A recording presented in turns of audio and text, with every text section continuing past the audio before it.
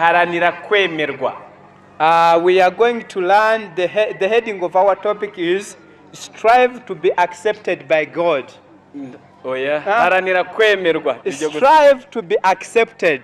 Kuko niba hariho abantu biyenza, if some people provoke us, niba hariho abantu bahimba, if some people may spoke evil of us and may spoke false of us, niba hariho abantu bakwangira ubusa kandi bigashoboka, if someone may hate you without out of nothing, abizi igitekerezo cya Pawulo yigeza komwa mu nkokora mwibwiriza butumwa azize ubusa. For those who learned the story of Paul, at one time his work was hindered out of nothing. Abizi igitekerezo cy'abigishwa ba mbere bigeze baregwa ko batwitse umujyi wa Roma ntabyo bakoze kandi barabizira. And in the story and the history of the early disciples, once they were accused that they have burnt the city and it was false. Niba ibyo byarabayeho, if such things took place, none buno byacura iki tubonetsweho n'ifuti? How much regarding we ourselves? Byacura iki noneho tubonetsweho n'ifuti? How much can it appear if we can commit a small mistake? Noneho buri wese uri aha ngaha, therefore to everyone who is present here, turasabwa guharanira kwemerwa. We need to strive to be accepted. Ngaho turasoma imirongo mikeya ya Bibiliya. Here we would like to read few verses from the Bible. Kwemerwa, in order to be accepted, turasabwa kwemerwa ahantu hakomeye hatatu. We need to be accepted in 3 ways. Oya reka tuvuge hane. Or 4 ways. Ahambere, first, turasabwa kwemerwa n'Imana, ni nabyo byoroshye. Number 1 is to be accepted by God, and this is it is simple task. Aha kabiri, number 2, turasabwa kwemerwa na rubanda, nabyo byoroshyeho. We are to be accepted by society or our fellow men. Aha gatatu, number 3, turasabwa kwemerwa mu muryango.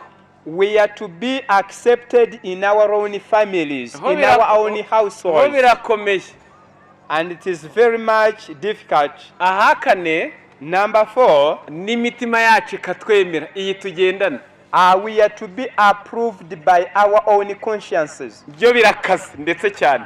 That is very much difficult. Ngaho aho tugiye kuganira, those are the things we are going to talk about. Ngaho reka duhere ku Mana.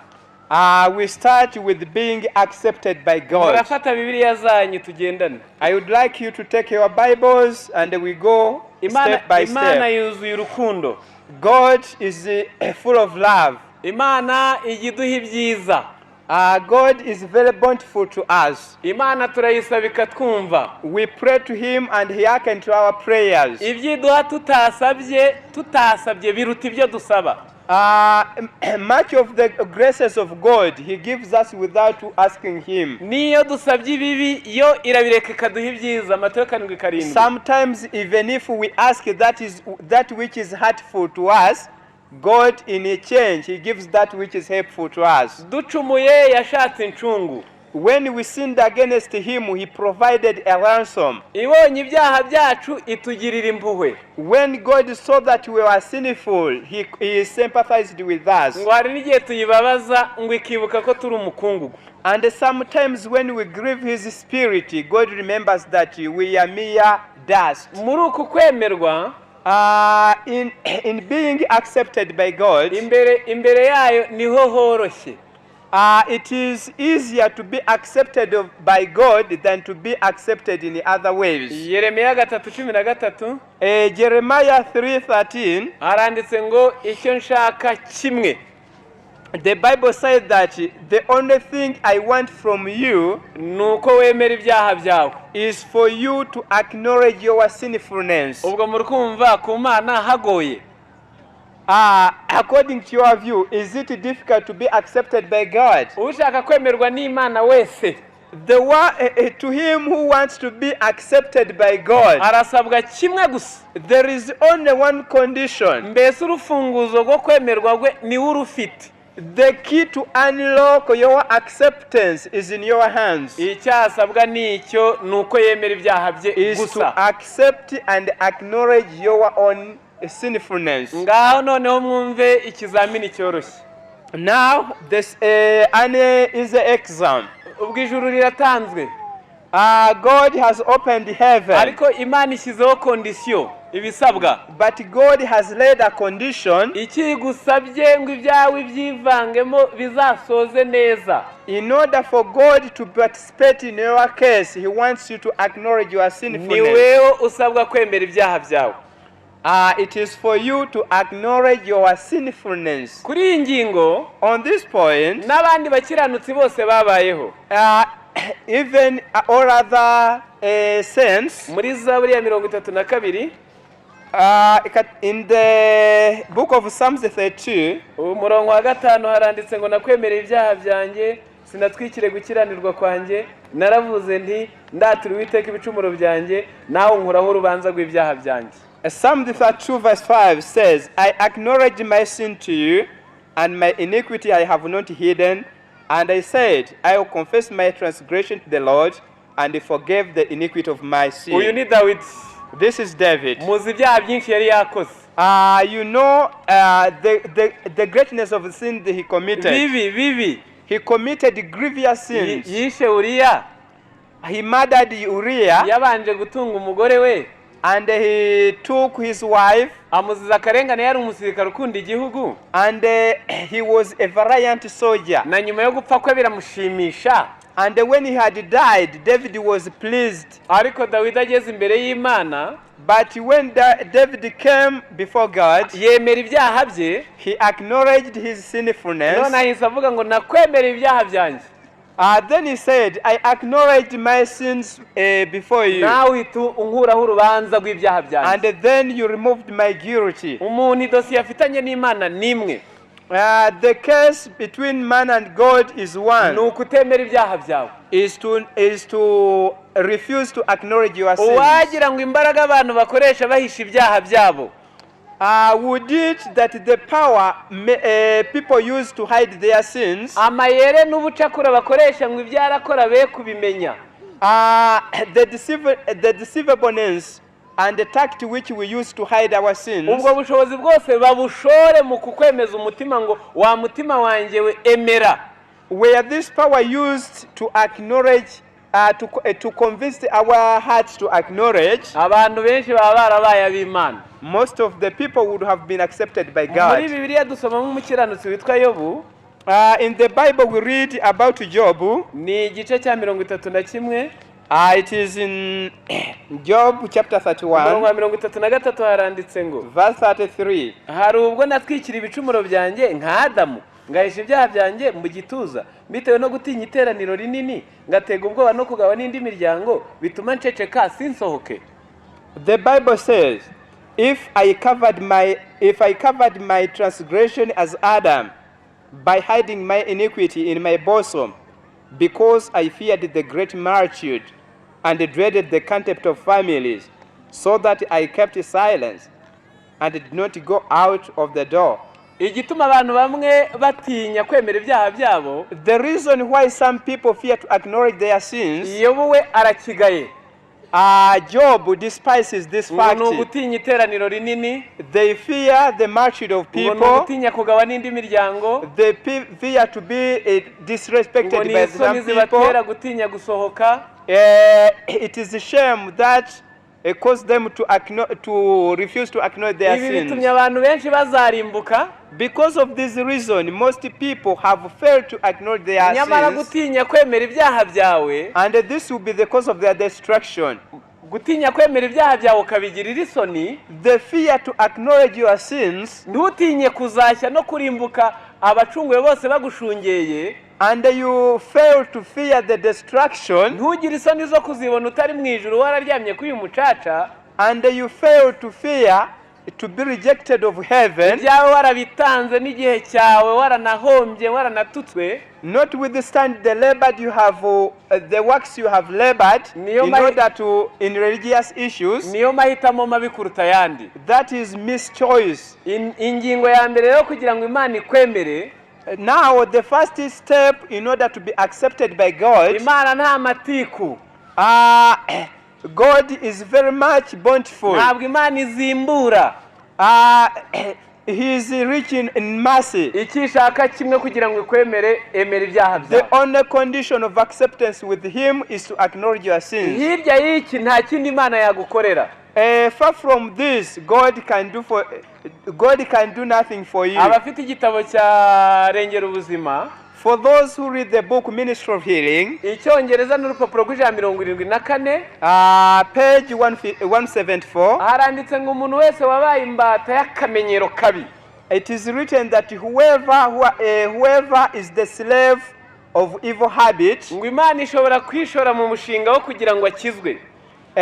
he may be converted by God. Imana ishobora kwishora mu mushinga wo kugira ngo akizwe. God can engage in the work of his conversion. Yesu nawe akaza agafatanya n'Imana, And Jesus himself may unite with God in that process. ngo Umwuka Wera agatanga ubuntu ku buntu, And the Holy Spirit may provide grace for the accomplishment of that purpose. ngo abamarayika bo mu ijuru bakaza mu uwo mushinga, And the whole angels may participate in that process. ngo n'abantu bose bakorerwamo n'Imana bagafatanya nabo bagashebeka ngo ukizwe. And all the servants of God may engage in the work of your salvation and your conversion. ngo bikarenga bikaba imfabusa ukarimbuka udashyizemo akabaraga kawe.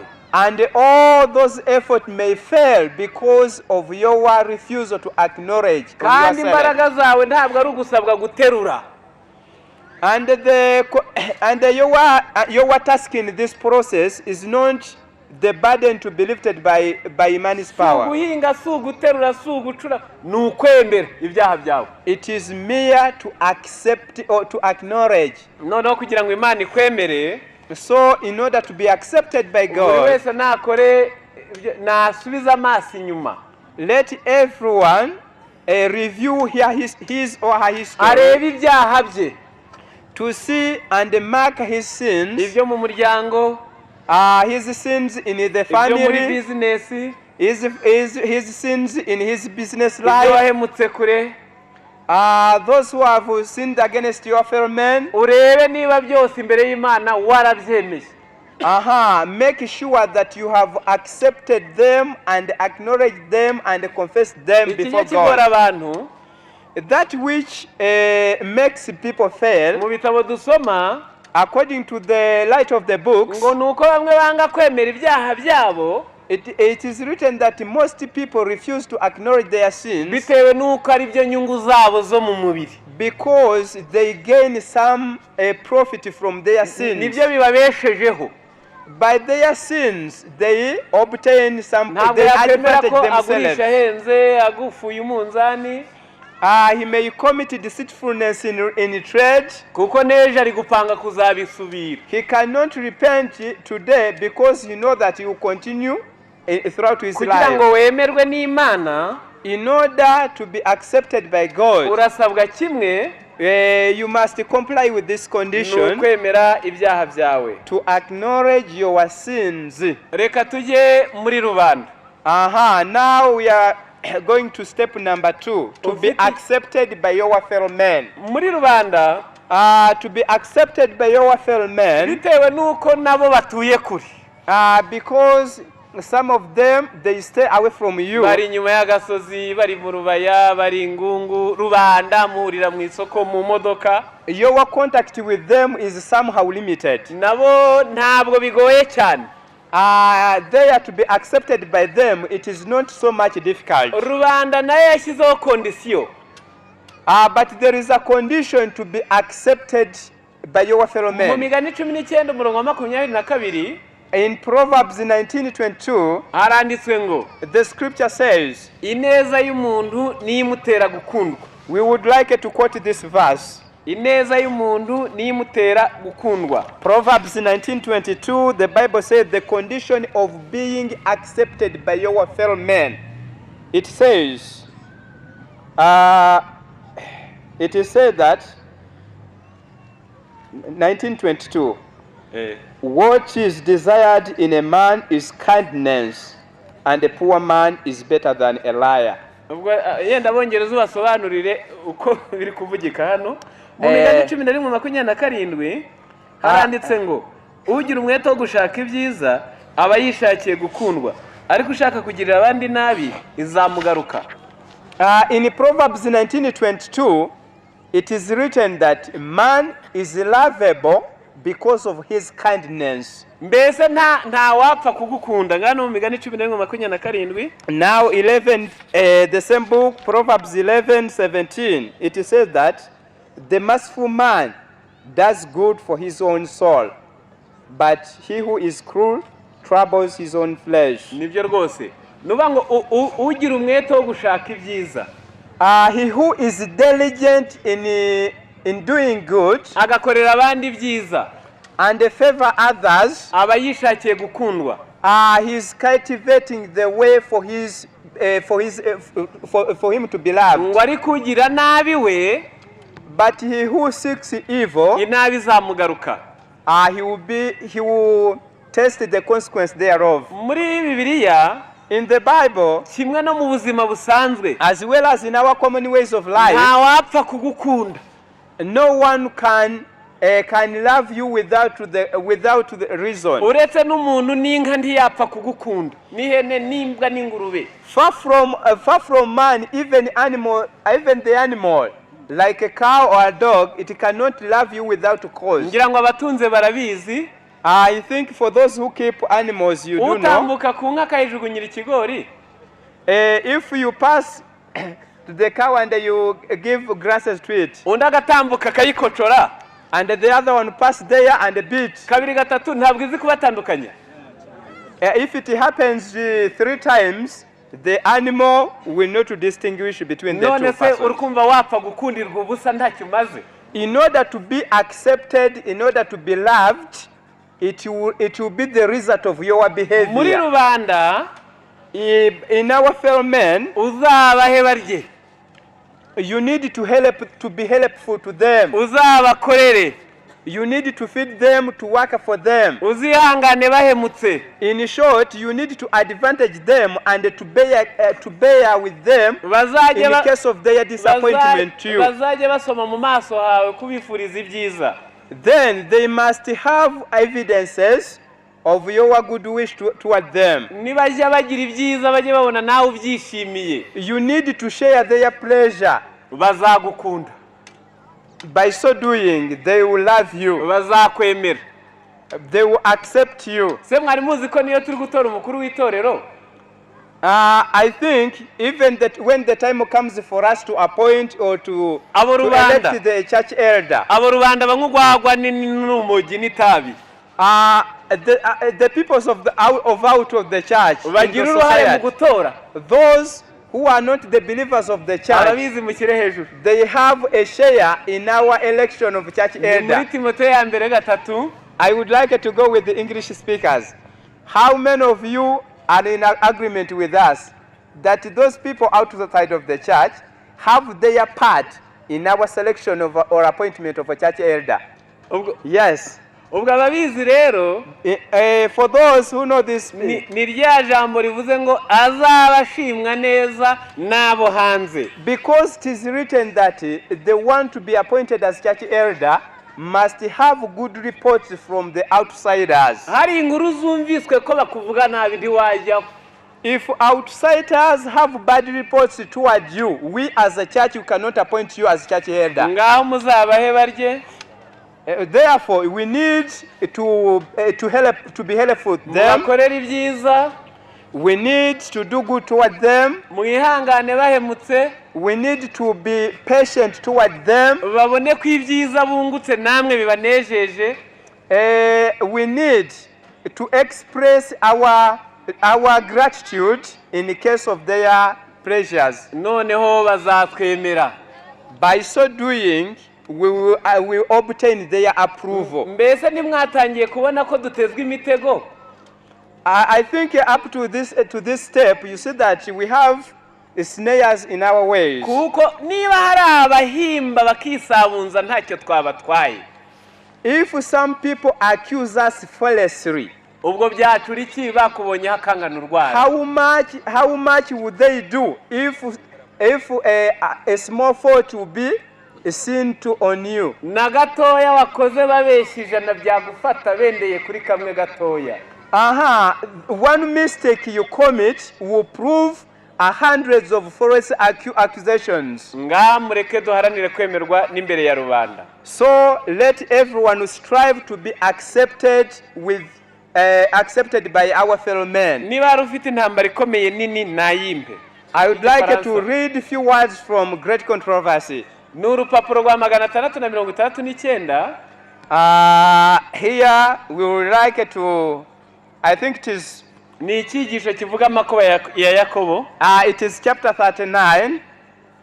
Naho bari bagusobanura igitekerezo cya Yakobo.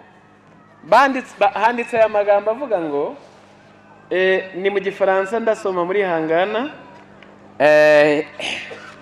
Ni icyigisho cya 39. Great Controversy chapter 39. I think it may be page 615. Twegereje igihe cy'akaga. As we near the time of trouble, ubwoko bw'Imana buzaba busabwa gukora igishoboka cyose. The people of God will need to do whatever is within their power kugira ngo bwemerwe na rubanda, to place themselves in a proper light in the sight of men. Ibyo bizoroshya kandi bigabanya ubusharire bw'akarengane kazatubyukirizwa. That will simplify the hatred of evils against us. Kagendereye gukandamiza umutima nama mu byo kwizera.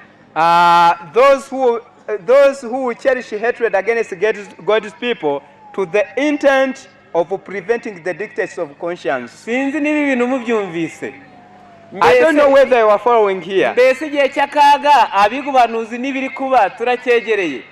According to those who learn the prophets, are we approaching the time of trouble? Niba tucyegereye rero. Exactly, yes. Niba tucyegereye rero. Now, if we are approaching the time of trouble, ndasubiramo.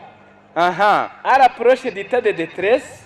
As we approach the time of trouble, twegereje igihe cy'akaga, le peuple de Dieu devra faire également tout ce qui est en son pouvoir pour gagner les bonnes grâces du public.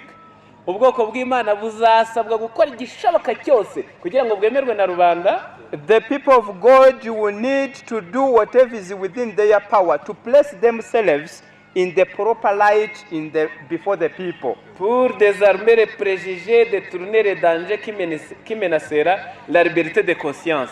Kugira ngo akaga ibyo tuzavugwa akarengane kazatubyukirizwa koroheho, in order to simplify the hatred of the wicked ones, kazaba kagendereye kudukandamiza mu burenganzira bw'umutima nama mu byo kwizera, and the persecution that will tend to avoid the dictates of conscience. Noneho ingingo nayo mu nkundire tuyiveho.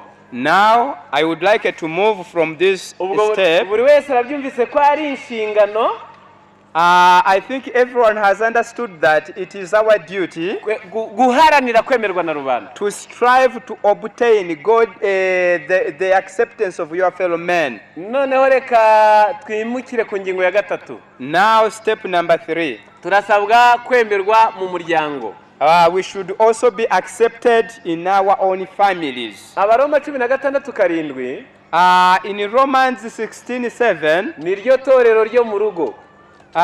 We read about the church at home. Kandi iryo torero iyo ribaye rizima tugahurira n'aha tubabazima. And when the church at home is a proper church, then the church at large will be pure. Naho duhawe inshingano yo kwemerwa. We must strive to be accepted in the church of our own households. Mu bitabo dusoma, according to Spirit of Prophecy, mu gitabo cyitwa uwifuzwe byose urupapuro rwa 73, in Desire of Ages page 73, Abafaransa n'urupapuro rwa 56, Desire of Ages 73, n'amagambo ari kuvuga ngo ukuntu Yesu yashyiraga ubwuzu n'imbaraga ireshya mu mirimo akora.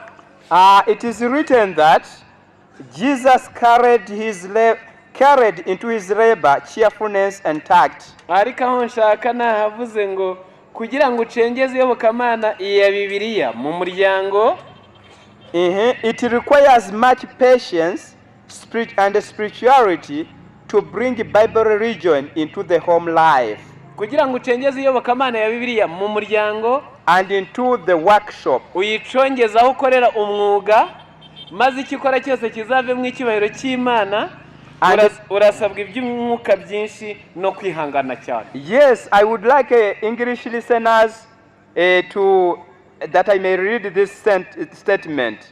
It requires much patience and spirituality to bring the Bible religion into the home life and into the workshop. Sinzi niba ahantu mategeye amata. Page 73 of Desire of Ages. Abacimigani baravuze ngo ahitoye kere hati baba. Kisi frotte si pike kwa Faransa. Ngwiki? Yani ahitoye kere hati baba. Ni nkoko kantine. Yeah, there is a proverb in Swahili which says that the place where a hen feeds from, there her feathers will remain there. Kuba mu muryango uhahora.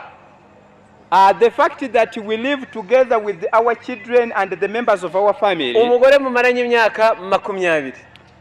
Your wife whom you have stayed with for 20 years. Umwana abavyeyi bakubyaye bakurungurutse mumaranye igihe kirekire.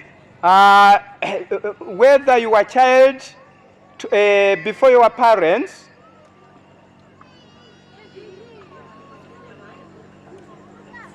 ngaho dukomeze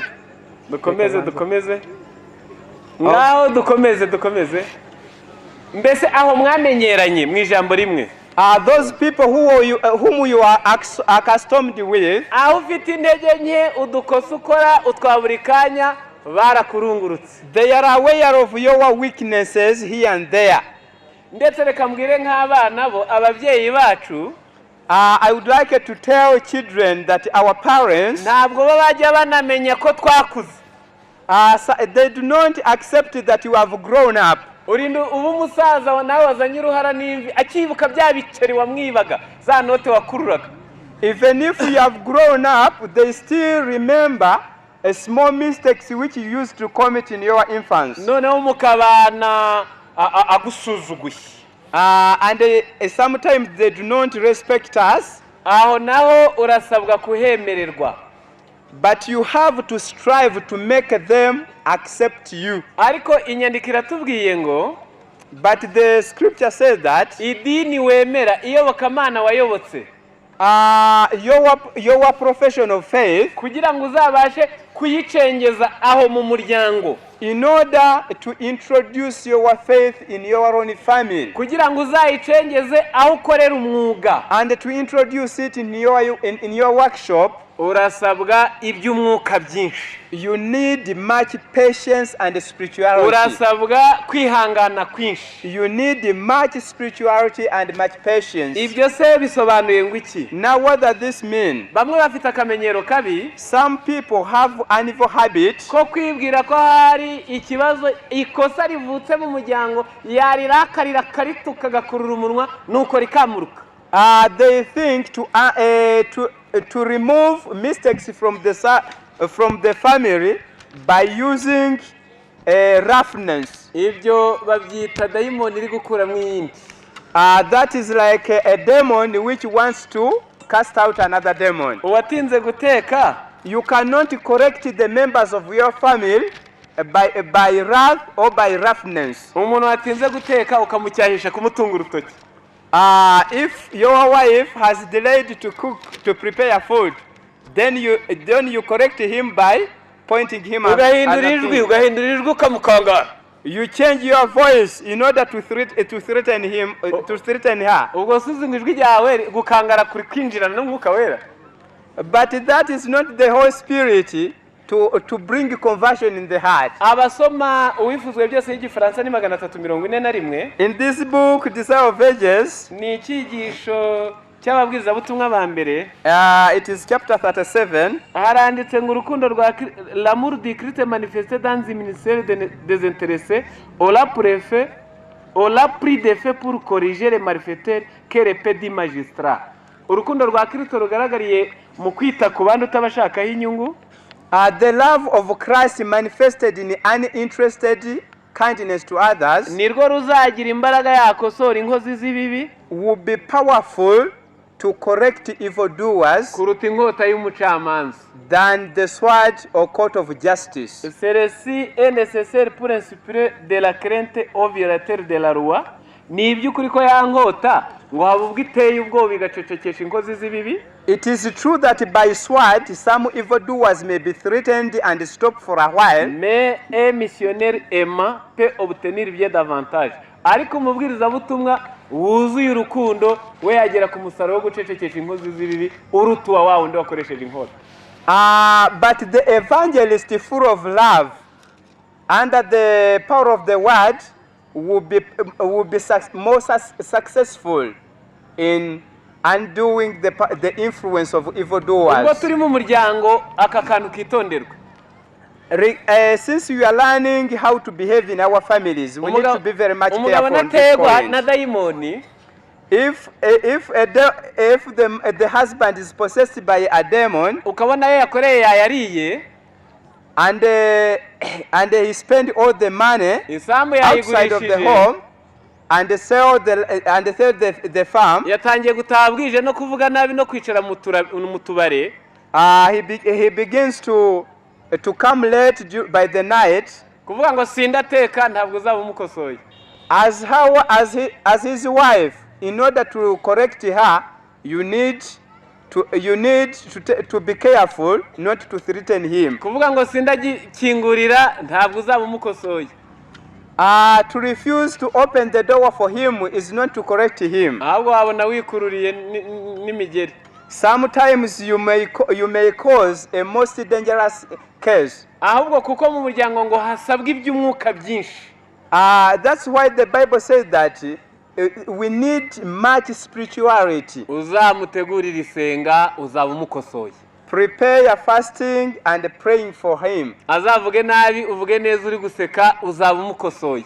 Answer kindly to his angry words, you will correct him. Azayamaririyo utwakusanije umusigireho uzaba umukosoye. If he spends all the money outside the home, strive to help him with the little you have when he comes back home. Azaba akuyemo dayimoni. By so doing, you will be casting out the demon by the Spirit of God. Naho kurakara no kwivumbura ni dayimoni izaba igiye gukura mu yindi ntiyayinyeganyeza. But meeting evil with evil is like casting out the demon by another demon. You can't manage. Mu gitabo cyitwa byitoro umuzingo wa 5 in Testimonies book 5 urupapuro rw'161 page 161 hari aya magambo avuze ngo we would like to read these words. It is not so much the region of the pulpit as the region of the family that reveals our real character. Iyo bakamana tugaragariza ku ruhimbi ntabwo ariyo yerekana imico yacu nkigaragarira mu muryango. The minister's wife, his children, and those who are employed as helpers in his family are best qualified to judge his piety. Umugore w'umubwiriza n'abana be n'abakozi akoresha iwe nibo bacamanza beza bahamya cyangwa bagahakana ibyo kwera kwe. A good man will be a blessing to his household. Umugabo mwiza nubu umuryango nubu umugisha ku muryango we. Wives, children, and helpers will all be the better for his religion. Maze umugore we abana be n'abakozi bakoriwe bose bakabonera umugisha mu iyobokamana yayobotse. Iri jambo muritegera amatwi. I would like you to listen very attentively. Ngo idini tugaragariza hano imbere ku ruhimbi. The religion of pulpit. Namwe muzi ko hahagazwe na benshi kuri ubu babaye amabandi cyo kora bagifashe Bibiliya. You know that there are many people who have stood on the pulpit, but now they are thieves and robbers. aha hahagararwa na benshi utaha igihumbi ngo kigere iyo wari ucyohereje. There are many who stand here on the pulpit, but you cannot send them to someone with even 1,000. ariko iyo yagiye gukora kure si igitangaza ko yakihanisha. But such people may engage in this work and preach and even obtain some converts. niyo mpamvu abahanga bavuze ngo, That's why some people says that ngo Yesu ari kuvuga ngo mujye mu mahanga yose, when Jesus said that he go to all nations, ngo kure kuruta muri Kameruni na Afurika y'Epfo ni mu muryango iwawe. they said that among those nations we need to go, very far is in your own family. naho Zambia ni hafi, si ukubwira abatakuzi. Zambia, to go to Zambia, it is a very easy task because you talk to someone who do not understand your real character. n'abasunga rero basigaye bari kujya bakaza no kuvuga ngo babonye batatu. Even those who are spiritless, sometimes these days they go there and they come back with the report that you have gained 3. akaza azanye amakuru ngo nanjye narihanise, ukubwira abatarakubonye. They come back with the report, I have gained 3 of them. That's because they preach to some people who do not know their real character. turasabwa guharanira kwemerwa mu muryango. As the people of God, we need to strive to obtain the acceptance of the members of our own family. hakenewe ikintu kimwe. We need one thing: kuba ufite kwihangana, patience, kuba ufite iby'umwuka byinshi, and much spirituality. uzi kubasengera, You know to pray for them, uririnda ngo batakurunguruka, and you walk very circumspectly in order ubabera to avoid yourself to offend them. ubabera icyitegererezo, You stand as their pattern, cyane ko nk'abashinzwe kurera, most especially those who do the work of education. ijambo kurera nijye ngiye gusobanura mu Bacamanza 7:17. Education ni ukubwira uwo urera ngo mera nkanjye. means to tell the one under your care that imitate me. arababwira ati mundebereho. It is there. It is written in the book of what? Abacamanza Judges 7:17. arababwira ati mundebereho uko ngira namwe abariko mugira, ningera ku ngabo za mbere munyitegererezeho, ibyo mubona ngira abari byo mugira namwe, nibyo bita kurera. Yeah, this is the statement of Gideon in Judges 7:17. He said to those under his guardianship that, and he says to them, look at me ndebereho and do likewise. mukora uko ndi gukora, watch, and when I come to the edge of the camp, you shall do as I do. munyitegererezeho uko ngera ku ngabo za mbere, ibyo mubona nkora namwe abari byo mukora. uba mu muryango nuko ababwira. This should be our motto in the family. mu ijambo rimwe birasobanuye ngo bazakugerageze wemere ubumwuka ugerageze. In short, it means that even though the members of your family may try you, accept to be tested, be patient, and much spirituality, you win them to the faith. uzemerwa mu muryango.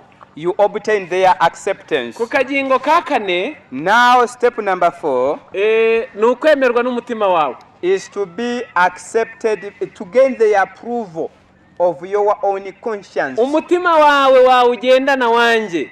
Your own conscience ntabwo nawe ujya wemera ruswa. is not bribed. bano bose bateraniye aha, aba bose uri kubona bavuze ngo uri mwiza rwose, turakwemera, uri imfura pe.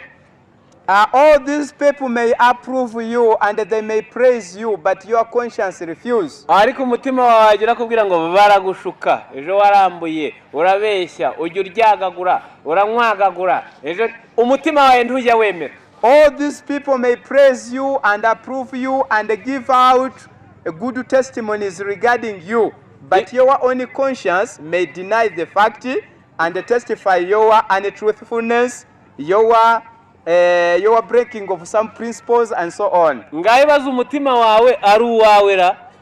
You just imagine your own conscience. Muri rwa mbere rwa Yohana 3:21 In first epistle of John 3:21, haranditswe ngo bakundwa imitima yacu nitaducira urubanza turatinyuka imbere y'Imana. the Bible says that 3:21, the first epistle of John, it says that,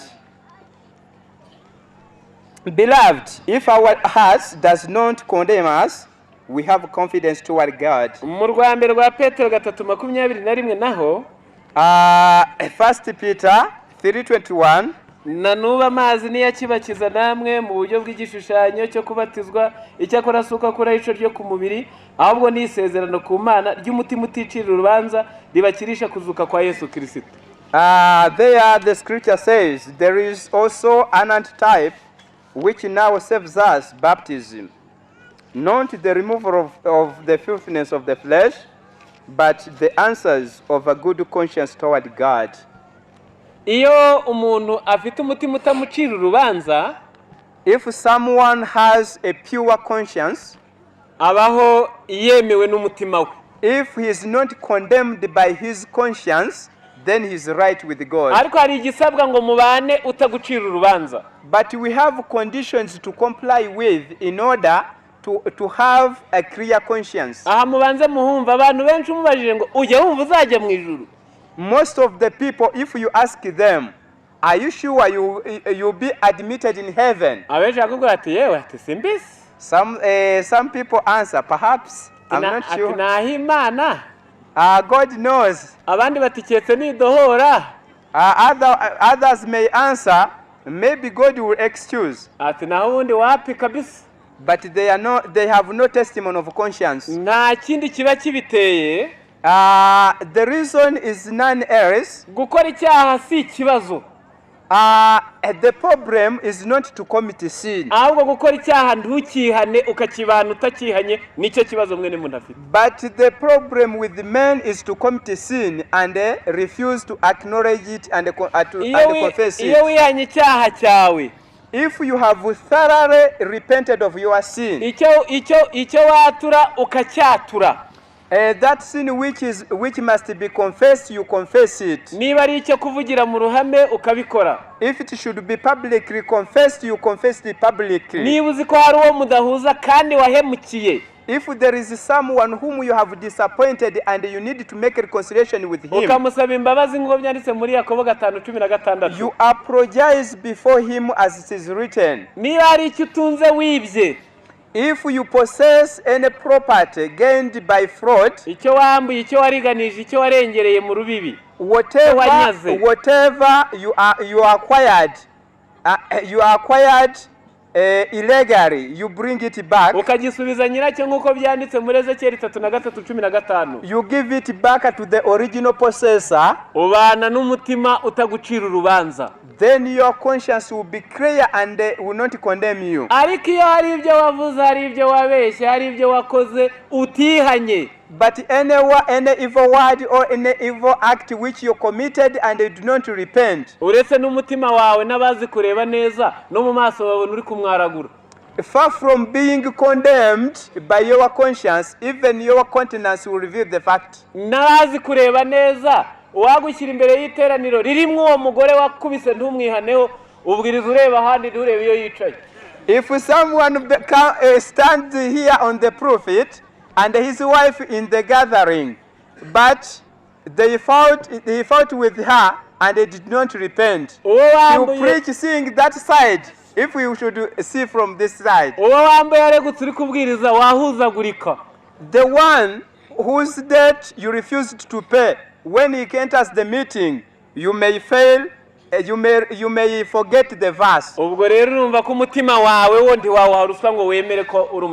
Those are the evidences of the condemnation of conscience. You will be accepted by your own conscience if you have confessed and repented your sins. And then this promise will be yours. As written in the book of Proverbs chapter 16, the verse umurongo wa mbere. Yeah, 16. Numero igice? Yes. 28. Oh, 28 verse 1. It says that the righteous is shameless, or is what? Let me quote the verse in order to. The wicked flee when no one pursues, but the righteous are bold as a lion. Umukiranutsi rwose ngo agashirika ubwoba nk'intare. The righteous is bold like a lion. Abagabo n'abagore benshi, abasore n'inkumi, n'imitima yabo ubwayo irabashidikanya. Most of the people, most of the youth, most of the wives and most of the husbands, they are condemned, they are under condemnation of their conscience. Abaroma 2:15 ngo ikabarega. Romans chapter 2 verse 15 said that conscience condemns. Nibavuga usambana akaba ari wo mu kintu kino zumva gakomyeho. If they preach about adulterers and you are among them, nibavuga wica temperance, conscience will condemn. Uzumva gakomyeho. If they talk about those who break the principles like temperance and so on, you will be condemned by conscience. Nibavuga abanyaza abandi uzumva gakomyeho nabiba n'abarimanganya. When they preach about those who are unfaithful, you will be condemned by conscience if this is your man of life. And those who break the Sabbath. No kwihana no kwatura no gusubiza.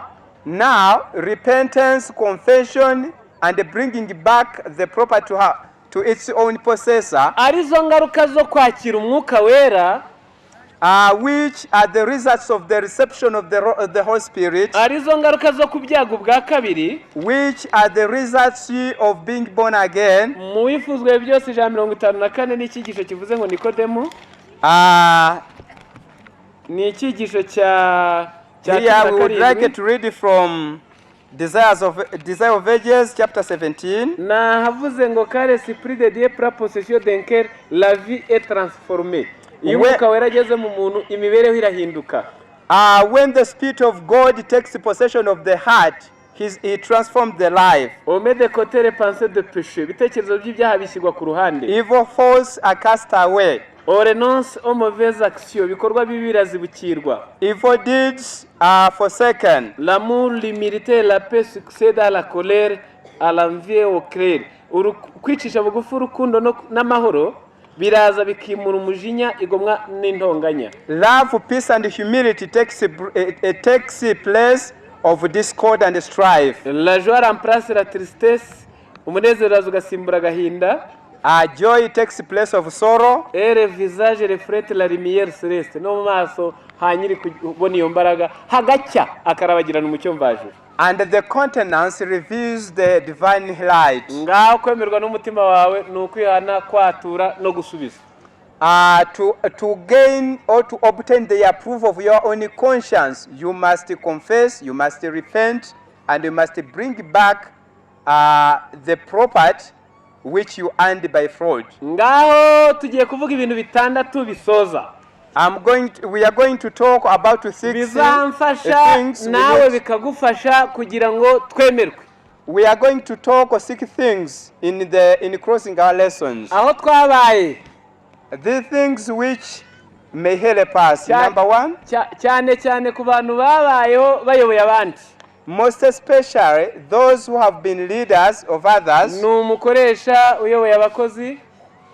Maybe is a master with the other toward his workers. Numubyeyi uyoboye abana. A mother who leads the children. Numugabo uyoboye abana n'umugore. An husband who leads wife and children. Aho hantu wagize umutekano n'umudendezo wo kumva wabayobora uko ushaka. Wherever you stood as a leader of the people, bamwe ntibemewe bitewe n'ijwi ryabo. Most of the people cannot be accepted by those under their guidance because the use of their speech. Turasabwa gukosora ijwi. We need to correct our speech. Kubasoma ibitabo, according to Spirit of Prophecy, muzasoma igitabo cyitwa umurimo wa gikirisitu. You may read the book A Christian Service. N'urupapuro rwa 273 mu Kinyarwanda, 223 mu Cyongereza. 223. Haranditse page ngo 223. ngo gukoresha ijwi neza. it is written that the proper use of speech ngo ni ingirakamaro mu mashami yose ya gikirisitu is very much important in all branches of Christianity. ngo bakoresheje ijambo ry'igifaransa ngo il faut s'habituer à avoir des intonations de voix qui plaisent. ngo birakwiye ko wimenyereza nuvuga ngo ntabwo ari akamenyero. You must accustom yourselves to use your speech properly. ngo kugira imvumba z'amajwi zigusohoka mu kanwa ngo zinejeshe. To have a pleasing tone in your voice. ngo imenyereze kugira ijwi rigusohoka mu kanwa rinejeje. Accustom yourselves to have a pleasing tone of a voice. ijwi rirabwira uwakerewe gutaha.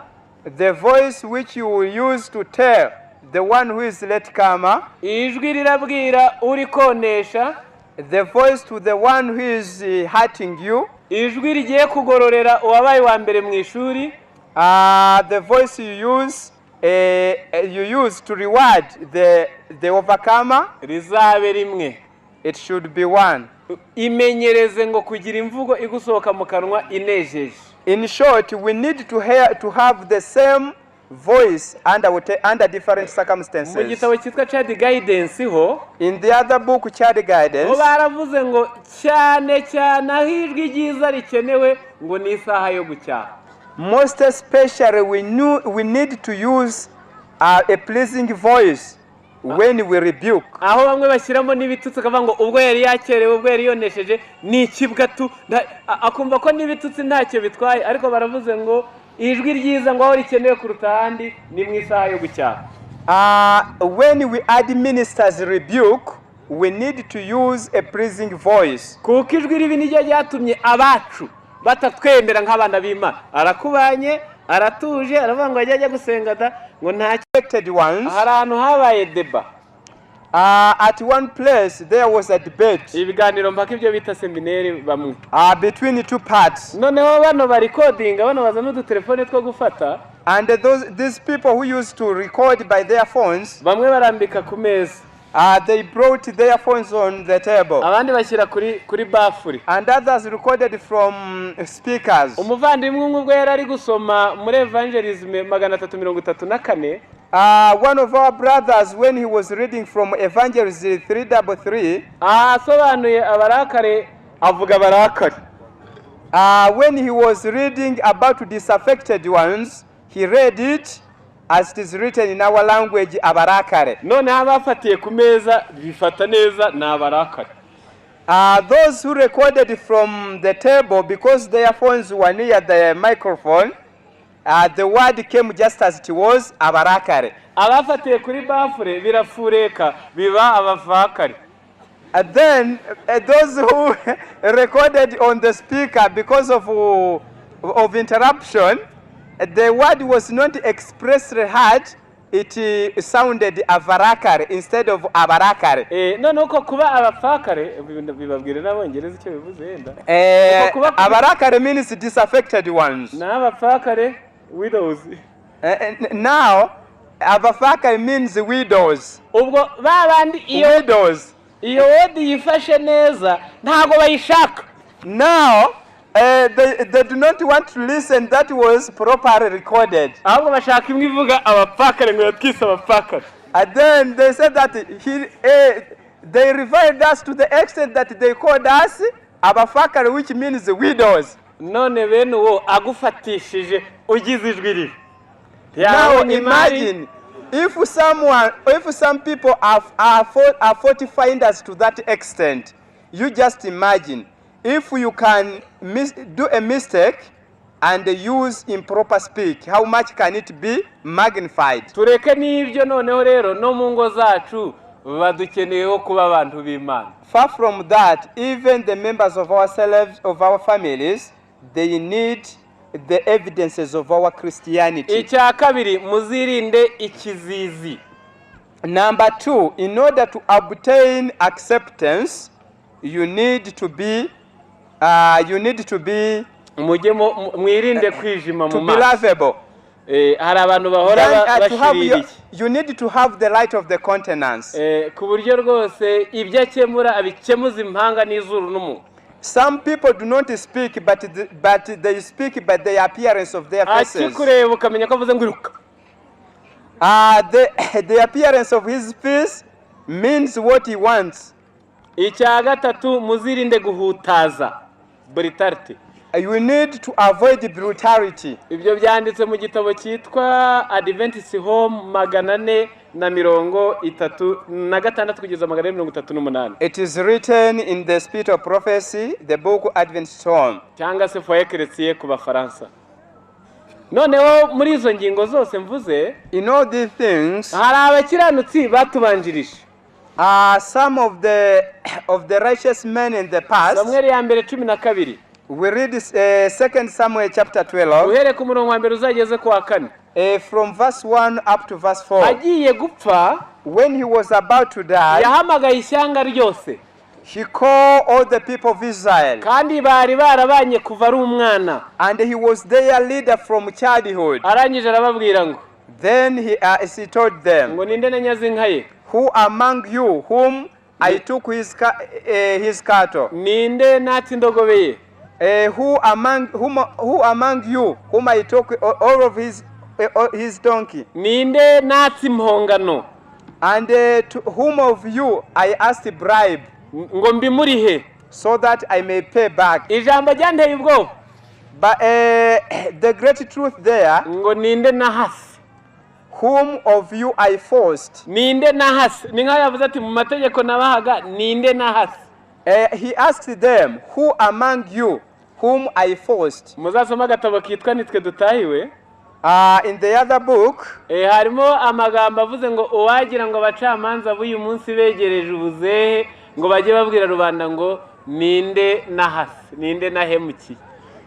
Had it been possible for the judges of today, in the evening of their days, in their old age, could repeat the same statement, who among you whom I forced? Ngaha ababyeyi munyumve neza nimwe murabyumva. Now here I would like for ladies to hear very attentively. Kubera ubuhanuzi bubi bw'abana bazaba batumvira, because of the prophecy regarding disobedience of children. Kubwira umwana ngo jya kuvoma uri guseka kigorozi.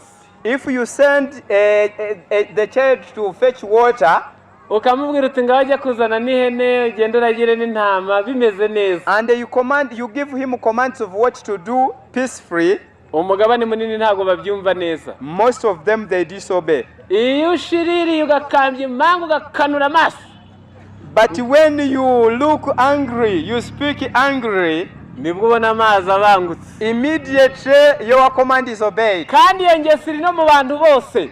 And that is the habit of all the people. Ni ikizamini ngiye kubaha namwe muragisubiza biboroheye. I would like to give you an exam and it will be easy for you to answer. Umukoresha mubi, bosi mubi. The wicked master. Wa undi ihene ye ikanagiye mu kwawe bayigurisha ntimwishyure bakazafata no kubyusigaranye. The one who is very much severe to the extent that if your God can destroy her plants, even if one plant of maize, he may take the whole God. Umuciriye ikigori wariho ibigori 800. The one whom, if your child enters his field and take only one piece of maize, he may fine you money which can cost 2 sacks of maize. N'umubosi mwiza witonda utanga umudendezo mbese akababarira mwayemutse ninde wubaho.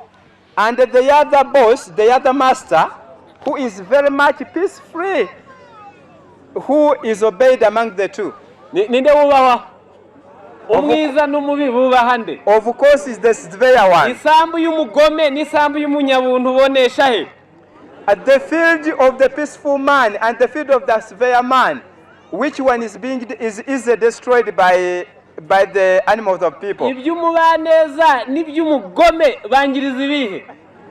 The property of a cruel man and the property of a peaceful man, which one is being protected niyo and kamere by the people? So that is the habit of all people. Aho kugira ngo umwiza bamutunganiriza zaramba zahoreho. Instead of respecting and obeying the kind man, they destroy because they have no fear of ahubwo him. baramurushya akabaho imibereho imugoye. They disturb him and destroy his property. Bitumye abana bacu iyo utabakarihanye, abagore iyo udakarishye ntago bateka. The same example is seen in our children and wives. If you keep peaceful, if you avoid cruelty in your home, they become disobedient. Iyo utarakaye barabizanze. And the workers employed at your home, if you treat them peacefully, they despise you instead of obeying you. Bamwe baherutse kubihimbamwe umugani. Others have made a proverb ngo hari abantu ngo bemezwa n'imigeri nka moto. That some people, they become obedient and a kick like a motorcycle. Noneho Samuel wageze imbere y'abantu ntiyakora uko. But Samuel, when he was in administration, he did not so. Abategeka mu mahoro kugeza henutse. He governed them peacefully until the end of his life. Ntibyamubujije gucyaha ni koko ariko mu mahoro atangaje. True, he rebuked them, but he rebuked them kindly. Arahangara imbere y'igihugu aravuga ngo mu mategeko nabahaga ninde nahasi. Then at the end of his life he asked them, who among you whom I forced? Mu miryango yacu tuzirinde guhutaza. In our household we need to avoid brutality. Tuzirinde ngo batubone mu maso hadakeye. We need to avoid darker countenances. Rengera ubuzima ya kabiri aranditse ngo n'umugabo ibyago yahuriye na byeri yagiye. In Ministry of Healing it is written that even the troubles and the obstacles which you face in your work, ngo nujya kwinjira iwawe, when you come back home at your home, uzabyiyambure ureke kumwenyura nubwo ingoyi yawe yaguhozemo. You must put away that crowded brow and enter your home with the smile. Mu bindi bitabo baravuga ngo abagabo b'abanyarutoto mu gifaransa baravuze ngo ce sont des vrais serviteurs de Satan, ngo nibo bakozi ba Satani batamusondeka.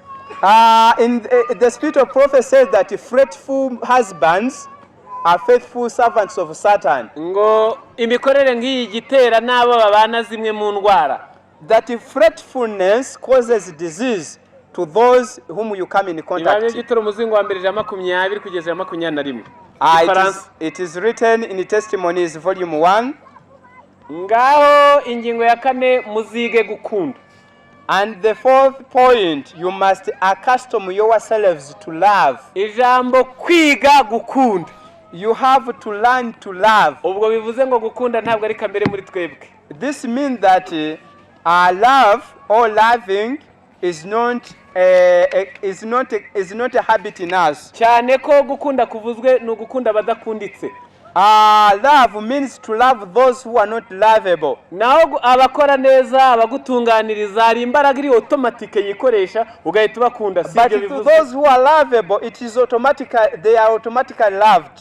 Ntabwo waguhaye inka waguhaye hene wagukuye mu bibazo ntabwo waguhe birikora uhita umukunda sibyo bivuzwe. The one who is helpful to you or is obedient to you, it is very easy to love him. Ahubwo uvuzwe ni Mateyo 5:43 mwumvize ko byavuzwe ngo mukunde bagenzi banyu mwanga abanzi banyu ariko ngenda babwira ngo mukunde abanzi banyu musabire n'ababarenganya. As it is written in the book of Matthew, Jesus said that you heard that it was written that love your friend and hate your enemy. But as for me, I tell you that love your enemies and bless those who curse you. Nibwo muzaba abana ba so mu ijuru. Then you will be children of your Father in heaven. Because he commands his son to light for the even good. Kuri ingingo on this point, mu gitabo cyitwa mu cyongereza Mind, Character and Personality, in the mentioned book, urupapuro rwa 132 mu cyongereza, page 432, mu gifaransa ni 446. Haranditse ngo ni gute umuntu akora nk'umukristo. There it is written that how can you work or behave as Christians. Ntabwo mbisoma byose. Ariko haranditse ngo iyo imbere y'inyifato y'umuntu gushotora akakwiyenza. Komeza gato. Iyo umugiriye ibyiza byari bikwiye gukorerwa intungane. The one who provoke you if you treat him as treating an innocent person, ukageza ubwo umushakira igikorwa cyiza cy'akarenga, mbese ukamuha impano nziza y'akarenga, and give a good gift to him, yari kwe guhabwa abakiranutsi, which deserves the righteous person, vous agissez en chrétien, nibwo ubukoze nk'umukirisitu. then you do as a Christian. Nuko banirukana dayimoni. That's the way of casting out the demon which is causing strife in the No kwangana family. ni dayimoni. Remember that even hatred itself is a demon. N'ishyari ni dayimoni. Even jealousy itself comes from a demon. N'amacakubiri ni dayimoni. Even division is a demon. No guhora ushiririye udakeye ni dayimoni. Even severity is a demon. Mu gitabo kimwe baranditse ngo nubwo utabujya mu bapfumu uba warahanzweho n'abadayimoni. In the other book it is written that you may have not practiced witchcraft, but you may be possessed by a demon. Ngo ukoreye ibi rero aramwara. If you do to such a people according to this order, he will become ashamed, aratungurwa, he will be surprised, ngo maze agasobanukirwa n'uburyo ari mubi, and he will understand the evil of his heart, kuruta ko ari kumwicaza ugatondeka ibyaha byose ajya gukorera. than if you would tell him plainly his evils. Yarakoneshereje. Maybe his animals destroyed your crops. Yajugunye igikukuri ku mabati. Maybe he has destroyed your property in some other way. Yarayatera amabuye ku nzu. Maybe he used to cast stones on your house. Yarakuvuze. Maybe he used to backbite you. Ibyo usabwa kwanga nibyo bibi yakoze, ariko ntabwo ari usabwa kwanga. You have to hate the evils which he commit against you, but you have to love him. Ejo arwaye rero nawe umwitaba umushyiye 10,000 ngo rwaza umurwayi we. Now when he becomes sick, it is your opportunity to visit him with the Mwumve ibyo wari 10,000. ukoze ngo wamuteye kumwara. By so doing, you make him ashamed. Waramutunguye. You will surprise him. Ngo niyo nzira imwe rukumbi yo kumwumvisha ububi bwe. That is the only proper way of making him sensitive of his evils, Kuruta ko ari gutondeka ibyaha yagukoreye. than to enlist all his evils. Kandi ubwo niko gukora nk'umukirisitu. And by so doing, you are doing as a Christian. Ngaho twige gukunda. Let us love, learn how to love. Ingingo ibanziriza iya nyuma.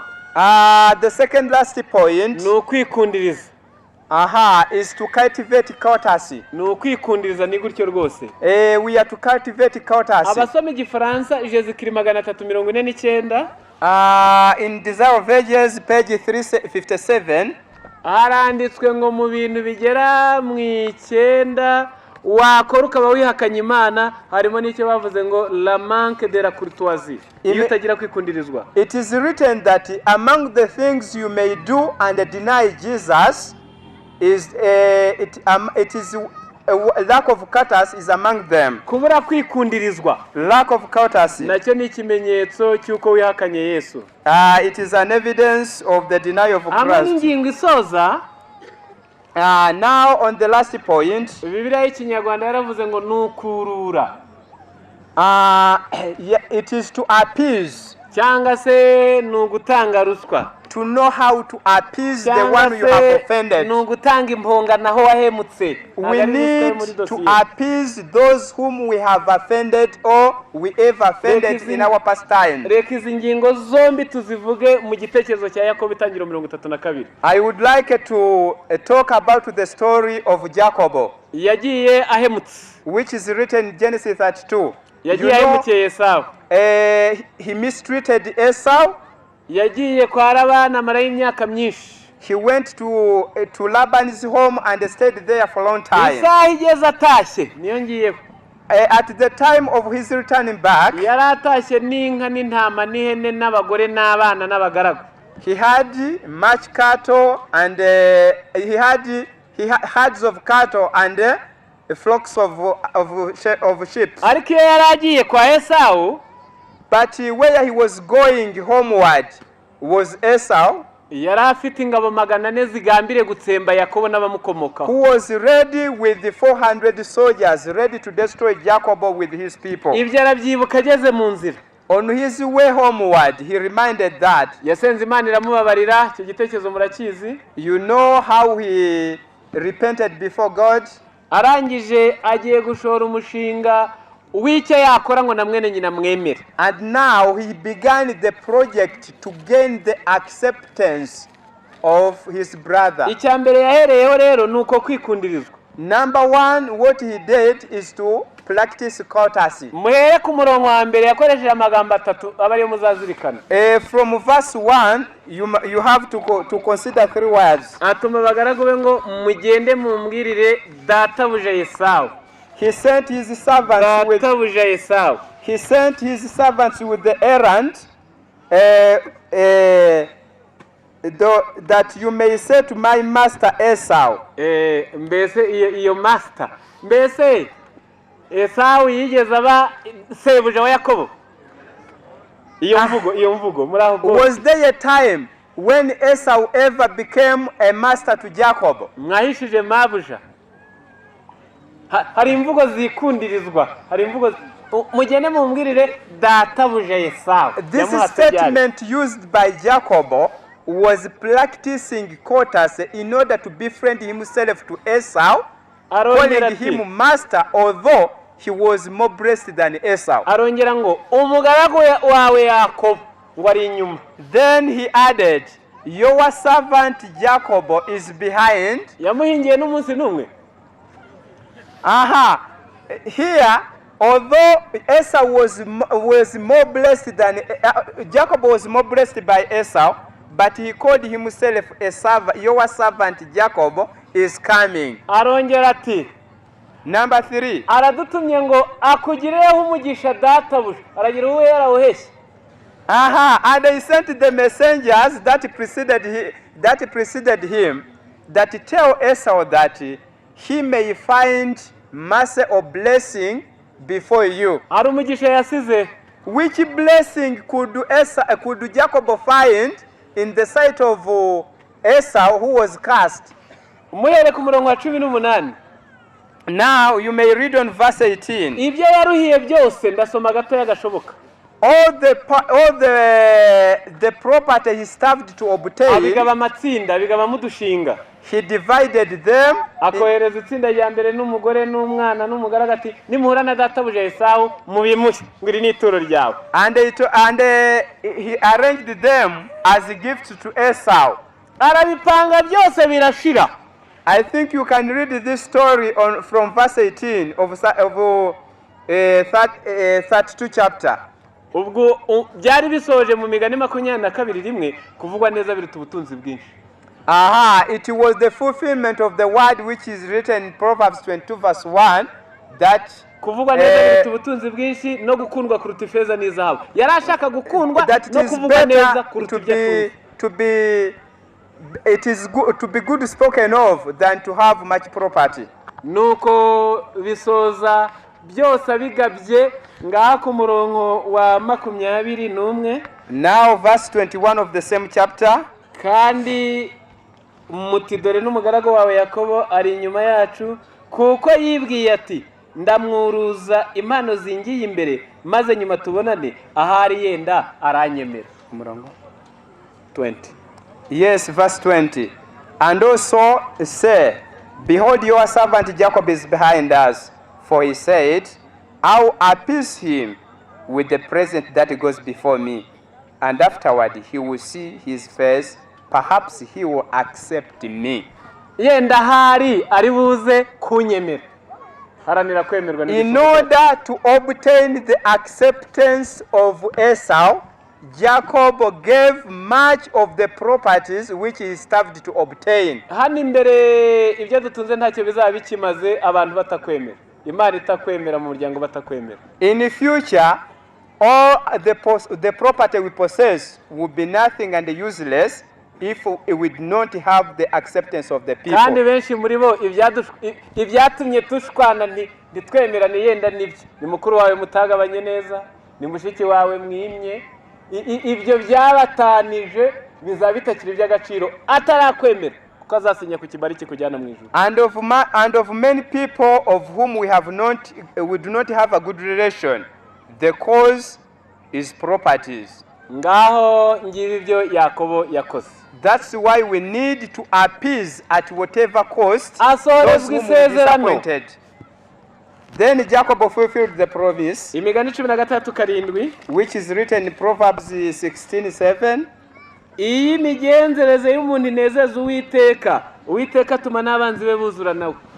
By his effort to appease Jacob, to appease Esau, this promise in Proverbs 16:7 was fulfilled to Jacob, which says, when a man's ways please the Lord, he makes even his enemies to be at peace with him. Iyi migenzereze y'umuntu yanejeje Uwiteka. When the ways of a man pleases the Lord, ibyaha byacu bwo twabyihanye, we have after repenting of our sins, ijwi ryakosotse, when we have corrected our voices, ntabo tukireba nabi, when we have accustomed ourselves to have a light countenance, twize gukunda kuko abo babi nibo bagukundwa, and when we have learned to love those who are not lovable, kugira ngo izo dayimoni zibavemo, in order to cast out the demon from them, turangije tubikundirijweho, when we have accustomed ourselves to ibyo umuntu abikora ko yahemukiye yononeye,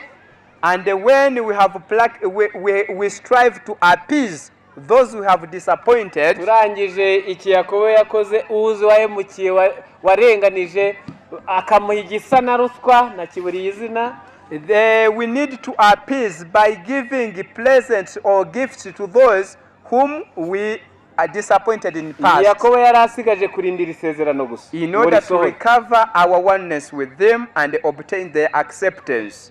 Then we will have this promise fulfilled. Nuko Esawu bararegutse barahuye.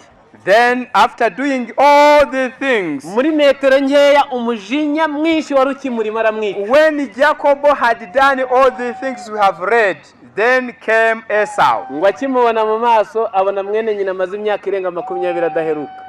Esau had come to attack Jacob, but when they met, he saw not his enemy but his brother. Aramugundira aramuhobera. He embraced him. Izo sikurindi. And kissed him. Ararira. He wept. Baracyagwanye. Imana yabikoze.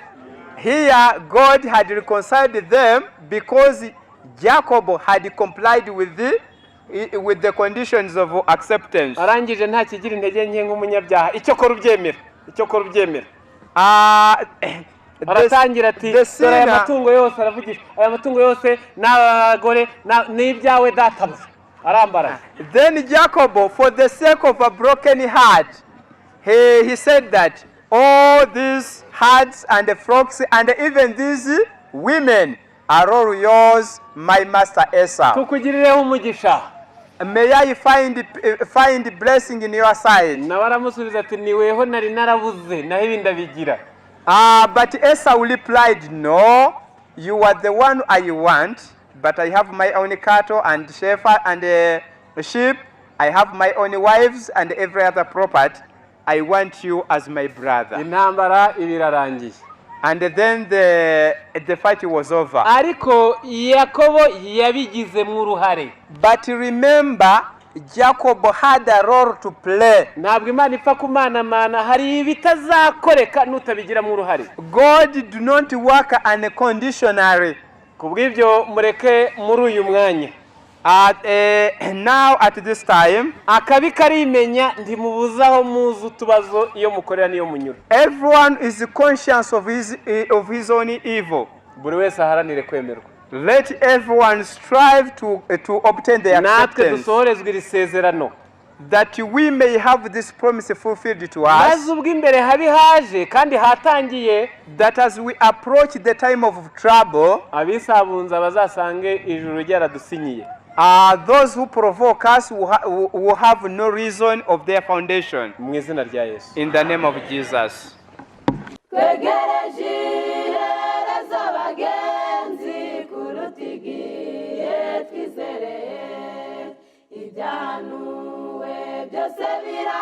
Genda bisora ikibabaje nuko benshi bamaze gucogora, nta myiteguro yo kuva